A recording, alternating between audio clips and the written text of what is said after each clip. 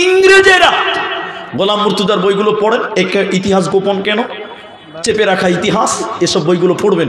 আমি আপনাকে বলছি, ইংরেজেরাও চেষ্টা করেছিল এবং তাদের প্রসিদ্ধ স্লোগান ছিল, স্লোগান কি, ওলামা কো তারো, ওলামা কো তারো, ওলামা কো তারো।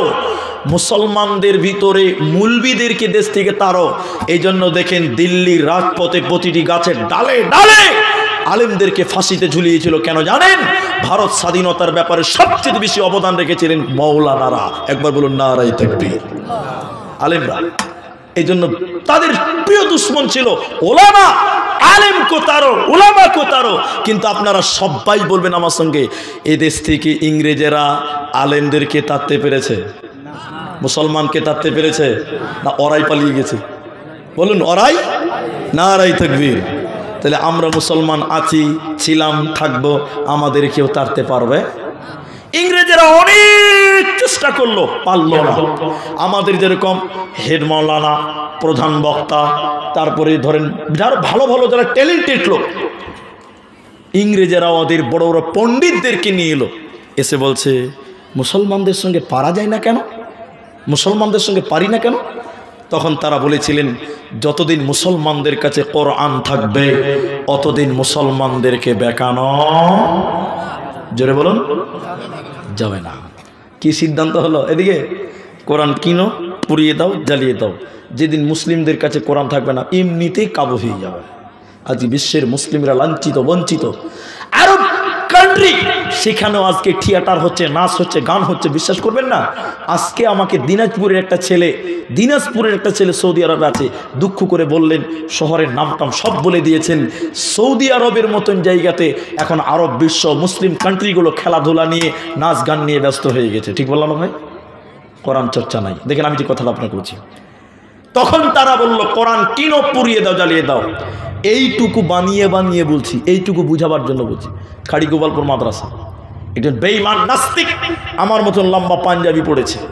আসলে লোকটা কি মুলবি না ডুপ্লিকেট? ডুপ্লিকেট মাল, জাল। এই মাদ্রাসায় যে হেড মাওলানাকে আছে, মুলি সাহেব আপনাদের মাদ্রাসায় কোরআন আছে? আচ্ছা, ইনাকে যদি জিজ্ঞাসা করা হয় আপনাদের মাদ্রাসায় কোরআন আছে, উনি উত্তর কি দেবে? এই আপনার মাথায় গোবর আছে নাকি? হ্যাঁ, মাদ্রাসায় কোরআন থাকবে না? থাকবে কি থাকবে না? তো হেড মুলি বলছি, ই কি প্রশ্ন রে বাবা, মাদ্রাসায় কোরআন থাকবে না? আছে। বলছে কতটি আছে মুলি স্যার? বলছে মেলা আছে। কতটি লিবে? সবটি লিব। তখন কোরআন বিরুদ্ধে আন্দোলন চলছে। তখনই হেড মাওলানা বুঝে নিয়েছে, ডালমে কুচ কালা হে। শর্ট করে বললাম কথাটা। এবার হেড মাওলানা, খাড়ি গোপালপুরে হেড মাওলানা, 3টে ছেলে কেটে গেছে, আব্দুর রহমান, আব্দুর রহিম, আব্দুল সাত্তার করে বাপ। জি উনি স্যার বলেন, তোমরা তো গোটা গোটা কোরআন মুখস্থ করেছ। হাফেজারা কোরআন মুখস্থ করে না? তোমরা গোটা গোটা কোরআন মুখস্থ করেছ। এরে বাবা, বিদেশি মেহমান কোরআন নেওয়ার জন্য এসেছে। এরে আব্দুর রহমান, তুমি 1 থেকে 10 পারা শুনিয়ে দাও। এরে আব্দুল সাত্তার 11 থেকে 20 পারা শুনিয়ে দাও। এরে আব্দুর রহিম, তুমি 21 থেকে 30 পারা শুনিয়ে দাও। যখন 3টে ছেলে বিসমিল্লাহ থেকে শুরু করে মিনাল জিন্নাতি ওয়ান নাস বলেছে, ওই বেঈমান দাঁড়িয়ে মাথায় হাত দিয়ে কালেমা পড়ে বলতে লাগলো, আমাদের আলোচনা হয়েছে কোরআন কিনো, পুড়িয়ে দাও, জ্বালিয়ে দাও, কিন্তু আমি আল্লাহর কসম করে বলছি মুসলমানদের থেকে কোরআনকে আলাদা করা সম্ভব হবে না। তার কারণ মুসলমানেরা তাদের কোরআন তাদের আত্মাতে জায়গা দিয়েছে।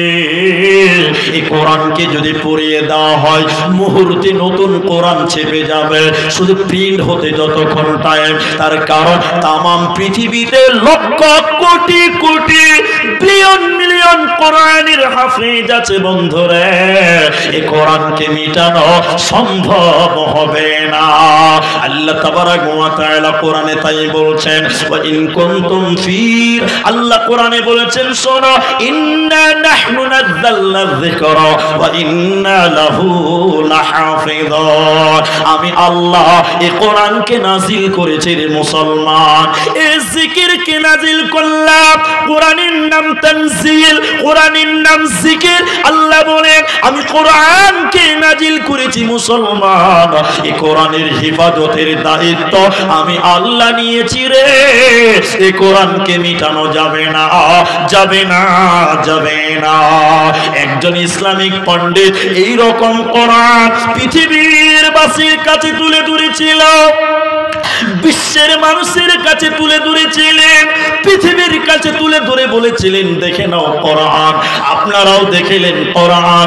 সবাই যখন কোরআন দেখলো, পণ্ডিত তিনি কোরআনটা বন্ধ করে বলছেন এবার বলো এই কোরআনটা কেমন দেখলে, কিভাবে দেখলে বলো।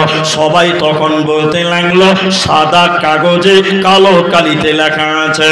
তিনি বলেছিলেন বন্ধুরে এই কোরআনটা এই চক্ষু দিয়ে দেখলে হবে না, এই কোরআনটা ইমানের চক্ষু দিয়ে দেখো। এই কোরআনটা এই চক্ষু দিয়ে দেখলে হবে না, ইমানের চক্ষু দিয়ে দেখো। এই কোরআনটা পৃথিবীর কোনো কাগজে নয়, এই কোরআনটা পৃথিবীর কোনো কালিতে নয়, বরং এই কোরআনটা শহীদের রক্তের বিনিময় লেখা হয়েছে রে। এই কোরআনের জন্য কত মা বিধবা হয়েছে, এই কোরআনের জন্য কত বাচ্চা ইতিম হয়েছে, কত মা তার সন্তান হারিয়েছে। এই কোরআনটা বহু কষ্টের বিনিময়, জানের বিনিময়ে এসেছে। অতএব পৃথিবীতে যতই ষড়যন্ত্র করুক না কেন, কোরআনকে মিটানো সম্ভব হবে না, পারবে না, পারবে না। এরই নাম কোরআন। এবার তৃতীয় যে কথাটা, এ কোরআনে পড়ার গুরুত্ব আছে নাই? জোরে বলুন আছে। এটা হাদিস বলবো, তার আগে বলে নেই, এখন অনেক মুসলমান কোরআন টোটাল পড়তে জানে না, এই সংখ্যাই বেশি। ঠিক বললাম না ভাই? আপনি ইংরেজি পড়ছেন, এদিকে দেখেন, পড়েন, জায়েজ আছে, হারাম নয়, দরকারও আছে। দরকার নাই? আজকে মেয়েদের সিজার হবে, এই বলি সাহেবের বউ সিজার হবে, পর পুরুষের সামনে ল্যাংটা হয়ে দাঁড়াচ্ছে। ঠিক বললাম না ভুল বললাম? বলেন। আজকে আব্দুর রহমানের বোন যদি ডাক্তার হতো, তাহলে ওই এলাকার মায়েদের সিজার আব্দুর রহমানের বোন করতো। ঠিক বললাম না ভুল বললাম? তাহলে আমাদের মেয়েদের ডাক্তার বানাতে হবে কি হবে না? এরা কথা বলেন হবে না? হবে। মুসলিম ডাক্তার লাগবে, উকিল লাগবে, জজ লাগবে। একজন নেতা, তার নামটা আমি বললাম না, এটা রাজনৈতিক মাঠ নয়, তিনি বলেছিলেন অনেক হয়েছে মাস্টার, অনেক হয়েছে ডাক্তার, সব বাদ দাও। ভারতবর্ষে গৌরবের সঙ্গে বাঁচতে গেলে ছেলে মেয়েদেরকে উকিল বানাও, জজ বানাও, হাকিম বানাও। কারণ তুমি জানো না, পার্লামেন্টে বলুন আর কোর্টে বলুন, সব মামলাই যেন মুসলমানদের বিপক্ষে এখন দাঁড়িয়ে যাচ্ছে। ঠিক বলো না ভাই? উকিল ঘরে ঘরে তৈরি করতে হবে। তাহলে উকিল করতে গেলে কি খালি ইয়াসিনুল কোরআনিল হাকিম এটা পড়লে হবে? আমি কোরআনকে ছোট করছি না, নাউজুবিল্লাহ আস্তাগফিরুল্লাহ না। তাহলে তোমার ইংরেজির দরকার আছে, আবার একবার হ্যাঁ না বলুন। অঙ্কর দরকার আছে, বিজ্ঞানের দরকার আছে, কিন্তু কোরআনে সব আছে, কোরআনে সব আছে। তারপরেও বলছি, এটা উদাহরণ দিলে বুঝতে পারেন। উপন্যাস পৃথিবীতে ঘটেনি। এক দার্শনিক গেছে সমুদ্রে বেড়াতে, সমুদ্রে নদীতে ঘুরতে গেছে। এক দার্শনিক মানে পণ্ডিত লোক, সহজ করে বলছি। এবার দার্শনিক যখন নৌকাতে চেপেছে, তো দার্শনিক মানুষ তো মুখটার বন্ধ থাকে না, ও খালি pack pack pack pack pack pack করে বকতে চাইছে। তো বকবে কার সঙ্গে? নদীতে একমাত্র মাঝি আছে। এবার দেখেন, দার্শনিক আর থাকতে না পেরে মাঝির সঙ্গে গল্প শুরু করেছে। মাঝি ভাই, তো মাঝি দার্শনিককে বলছে, জি স্যার বলেন। বলছে যে সূর্যটা কেন নড়াচড়া করে রে? আচ্ছা বলুন, যে লা চালায় ও ওই প্রশ্নের উত্তর দিতে পারবে? এরা কথা বলে না। মাঝি তোর প্রশ্ন শুনে পারে না, যে কব্বরে ঢুকেছি। ছি ছি ছি, আমি লেখাপড়া করিনি, কোনদিন স্কুলে যাইনি, মাদ্রাসা যাইনি, আমাকে এগুলো বলি আর না। জি কি প্রশ্ন করছে? প্রথম দেখেন, মাঝি গুগল চিনো? গুগল এখনকার ছেলেরা গুগল চিনে না, মোবাইলে গুগল নাই। তো মাঝি বলছে ছি ছি ছি, ওগুলা বলিয়েন না, কোনদিন লেখাপড়া করিনি, স্কুল কাটা জানি। কোনোদিন পড়াশোনা করেনি। মাঝির কথা শুনে দার্শনিক আহ আহ আহ আহ আহ আহ মজা লিছে, হাসছে, দাঁত বের করে করে হাসছে। ফের জিজ্ঞাসা করছে, মাঝি রে। তো তখন এই দার্শনিক বলছে, এ মাঝি, তোর জীবনটা 4 আনায় মিছে। মানুষের জীবন কয় আনা? 16 আনা। মানুষের জীবন কয় আনা? তো এক প্রশ্নের উত্তর দিতে পারলো না, বলছে তোর জীবনটা 4 আনায় শেষ। থাকলো কত? 12। ফের খানিকক্ষণ পর মাঝিকে বলছে, মাঝি রে। জি। বলছে, বিজ্ঞান বুঝিস? বিজ্ঞান? না না, ওগুলো কিছু বলিয়ে না, আমরা লেখাপড়াটা করে নি। নৌকা মাঝির কথা শুনে দার্শনিক আহ আহ আহ আহ করে হাসছে আর মজা লিছে। দেখবো যে তোর জীবনটা 8 আনায় মিছে। থাকলো কত? 8 আনা। আবার জিজ্ঞাসা করছে একটু পরে দার্শনিক, মাঝি ইতিহাস চিনো? ইতিহাস? ইতিহাস? তখন মাঝি হাসতে হাসতে বলছে, এবার মনে হয় চিনে নিয়েছি। বলে, কি করে চিনবি? বলছে, আমি বিয়ে করেছি আমার শ্বশুর বাড়ির নদীর ধারে, আমার শাশুড়ি মা আমাকে রাজা হাঁস খিলিয়েছিল, ওইটাই কি ইতিহাস? মাঝি তখন মাঝির কথা শুনে দার্শনিক হি হি করে হাসতে হাসতে বলছে, তোর জীবনটা 12 আনায় মিছে। থাকলো কত? মাত্র 4 আনা আছে। নদী একদম মাঝখানে, নৌকা চলে গেছে নদীর মাঝখানে। এমন সময় কালো মেঘ, ঝড়, বাতাস, বিজলি, নদীর পানি এরকম থই থই থই থই, মানে ইংরেজিতে ড্যান্স করছে এরকম ব্যাপার। নদীর পানি এরকম করছে, এরকম করছে, নৌকা ডুববে ডুববে অবস্থা।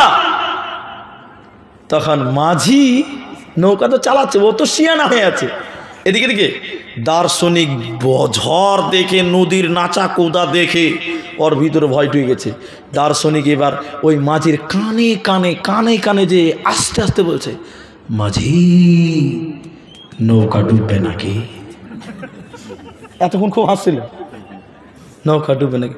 মাঝি এবার শুরু করলে, ইতিহাস জানো, বিজ্ঞান জানো, গগল জানো, আর্টস জানো, কমার্স জানো, সায়েন্স জানো, হিস্টোরি জানো, ইংলিশ জানো, বিজ্ঞান জানো, সাঁতার জানো বাবু। যেই বলেছে সাঁতার জানো বাবু, দার্শনিক মাথা হিলাইছে। মূর্খ মাঝি বলে, বাবু এখন কেনে কাবু, টুক করে নৌকা ডুবে গেছে। যেই নৌকা ডুবা, একদম বিনা ভিসা পাসপোর্টে বাংলাদেশ। আর মাঝি তো দাদুর কাছ থেকে নৌকা ছিল, বাপ দাদার কাছ থেকে শিখছে, কোনো রকম সাঁতার কাটতে কাটতে বাবলার ডাল ধরে বসে দেখি প্যাসেঞ্জারের খবর দিলেই, টাকা তো দিলেই না, দেখছে বিনা ভিসা পাসপোর্টে বাংলাদেশ দেখছে। মাঝি যেটা বলছে, বন্ধুরে আমি 3 সাবজেক্টে ফেল করেছি, এখনও আমার 4 আনা বেঁচে আছে, আর তুমি সাঁতার জানো না, 1 সাবজেক্ট ফেল করে তোমার 16 আনাই মিছে। ঠিক বলো না? বলো। দুনিয়াতে ইংরেজি জানো, বিজ্ঞান জানো, সায়েন্স জানো, আর্টস জানো, কমার্স জানো, যেদিন কিয়ামতের ঝড় উঠবে ফেরেশতা বলবে কোরআন জানো বাবু, সেদিন কি জবাব দিবেন বন্ধু আমার? এজন্য কোরআন পড়লে নেকি হয়, কোরআন শুনলে নেকি হয়, কোরআনের পেছনে টাকা দিলে নেকি হয়, কোরআনের পেছনে শ্রম দিলে নেকি হয়, কোরআনের টোটাল নেকি ভরা রয়েছে। শুনেলেন মুসলমান, শুনেলেন কিয়ামতের দিন 2টি জিনিসের সাক্ষী আল্লাহ কবুল করবেন, মঞ্জুর করবেন। 2টির ভিতরে একটির নাম কোরআন। কোরআন আল্লাহকে কিয়ামতের দিন বলবে, আল্লাহ তোমার এই বান্দা কোরআন তেলাওয়াত করেছিল, আমার তেলাওয়াত করেছিল, আল্লাহ তুমি আমার সাক্ষী গ্রহণ করো, আল্লাহ তুমি আমার সুপারিশ মঞ্জুর করো। আল্লাহ কোরআনের সুপারিশ মঞ্জুর করবেন আর আল্লাহ তাকে ক্ষমা করে জান্নাতে দেবে।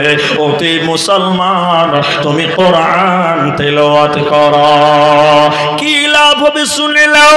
নবীজি বলেছেন, আলিফ লাম মিম, 3খানা হরফ যে পাঠ করবে আল্লাহ তার আমল নামায় 30টা নেকি দিবে। সুবহানাল্লাহ বলেন। 30 নেকি শতে শত আল্লাহ আমল নামায় দিবে। পৃথিবীতে এমন কোন কিতাব আছে কিনা আমি জানি না। এদিকে দেখেন, আমাদেরকে দেখেন, একটা লোক লন্ডন থেকে কিতাব নিয়ে এসেছেন, 1.5 লক্ষ টাকা দাম। এদিকে আমার দিকে দেখেন, সারাদিন বিন বিন বিন বিন করে কিতাবটা পড়ছে, কিতাবটা 1.5 লক্ষ টাকা দাম। আচ্ছা বলুন, এই কিতাবটা পড়লে ওই কিতাবটা, এটার কথা বলছিলাম, 1.5 লক্ষ টাকা দাম কিতাব বলছি, ওই কিতাবটা পড়লে জ্ঞান বাড়বে, গ্যারেন্টি দেওয়া যাবে? কারণ অনেক বই পড়ে মানুষ আরো গোমরা হচ্ছে, যে সে পথভ্রষ্ট হচ্ছে, অনেক বই পৃথিবীতে আছে। তাহলে জ্ঞান বাড়বে, গ্যারেন্টি দেওয়া, নেকি পাওয়া যাবে? বলুন নেকি পাবে? এক কানা করে নেকি পাবে না, কিন্তু কোরআন পড়লে নেকি হবে। শুধু হবে না, প্রতিটা অক্ষরে অক্ষরে 10টা করে নেকি আল্লাহ দেবে। আরেকবার বলুন সুবহানাল্লাহ।